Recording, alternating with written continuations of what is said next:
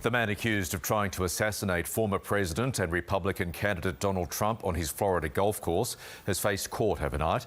58-year-old Wesley Routh has appeared before a judge charged with 2 federal gun-related crimes. He could face further and more serious charges as the Secret Service comes under fresh scrutiny for the second attempt on Mr Trump's life during the presidential campaign.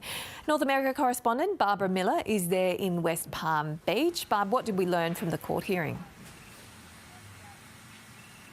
Well, the suspect was brought in. He was shackled. He was wearing prison uniform. He appeared, though, Bridge, pretty relaxed. He was talking to the lawyer who had been appointed for him. He said he didn't have funds for his own lawyer.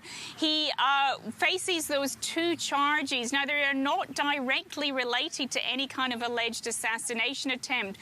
One is possessing a firearm while a convicted felon. Those are earlier convictions that's related to. One is possessing a firearm with a serial number which had been obliterated. And what authorities are saying is that their investigation is, of course, ongoing and that further charges could be laid further down the track.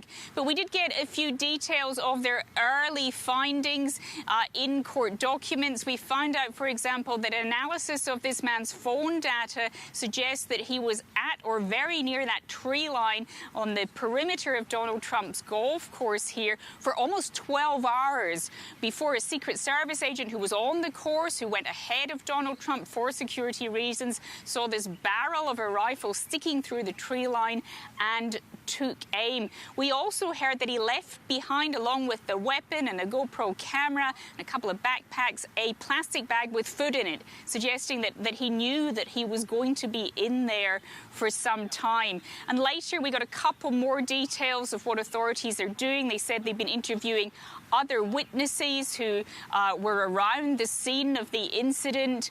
In fact, it was a witness who took a photograph, we hear, of the car that the man fled in.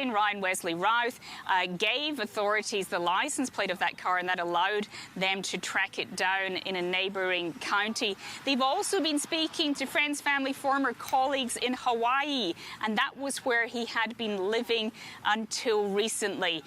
He will be arraigned here at this court in a couple of weeks' time on those charges, but as we say, perhaps further charges will be laid before then or after that date. And Barb, the Secret Service is clearly under some scrutiny. What's the agency had to say? Have we heard much from the agency about what happened here? Yeah, the acting director of the agency came here to Florida to meet with local authorities to tour the site of the incident. Now, he's only the acting director because the previous director stood down in the wake of the attempt on Donald Trump's life at Butler, Pennsylvania, at that rally. She admitted it had been the agency's worst failure in decades, and Kimberly Cheeto stood down. But Ron Rowe, in the first public comments, seems to be defending his agents. He says they have several layers of protection and that early indications are that those strategies worked pretty well. The agent, who was visually sweeping the area of the 6th screen, saw the subject armed with what he perceived to be a rifle and immediately discharged his firearm. The subject, who did not have line of sight to the former president, fled the scene. He did not fire or get off any shots at our agent. With reports of gunfire, the former president's close protection detail immediately evacuated the president to a safe location. The protective methodologies of the Secret Service were effective yesterday. But Bridge, the acting director, also suggesting that the agency is really stretched almost beyond capacity. He says that the agents are redlining and that conversations need to keep happening with Congress about resourcing in what is clearly a heightened threat environment in the run-up to this election in under 2 months' time. Yeah, absolutely. Very concerning hearing what is happening in the US. Barbara Miller, thanks very much. Staying in the US, in a family battle over the future of Rupert Murdoch's media empire, including most of Australia's capital city newspapers, has begun in a court in the US state of Nevada. Rupert wants to amend the trust to ensure his eldest son Lachlan retains control of his companies, News Corp and Fox Corp, when he dies. The terms, as they're currently written, would split control of News and Fox between Lachlan and three of his siblings, James, Elizabeth and Prudence. The federal government's Help to Buy housing scheme is set to be voted on in the Senate today, but it's expected to fail. It would allow the government to take a share of up to 40% in the cost of a home for low-income households. The policy has been modelled on similar schemes overseas, but the Coalition and the Greens are strongly opposed to the idea. New figures show there's more than $17 billion sitting in lost and unclaimed super. That's almost $2 billion more than in the last financial year.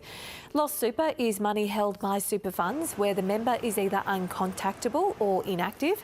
The ATO says the lost money is spread across 7 million accounts. Shanghai has been hit by the strongest typhoon in more than 70 years, with the city brought to a standstill on a national holiday. 30,000 households are without power and more than 400,000 people were evacuated. Before lashing China, Typhoon Bebinca made landfall in the Philippines, killing 6 people and displacing 13,000 others.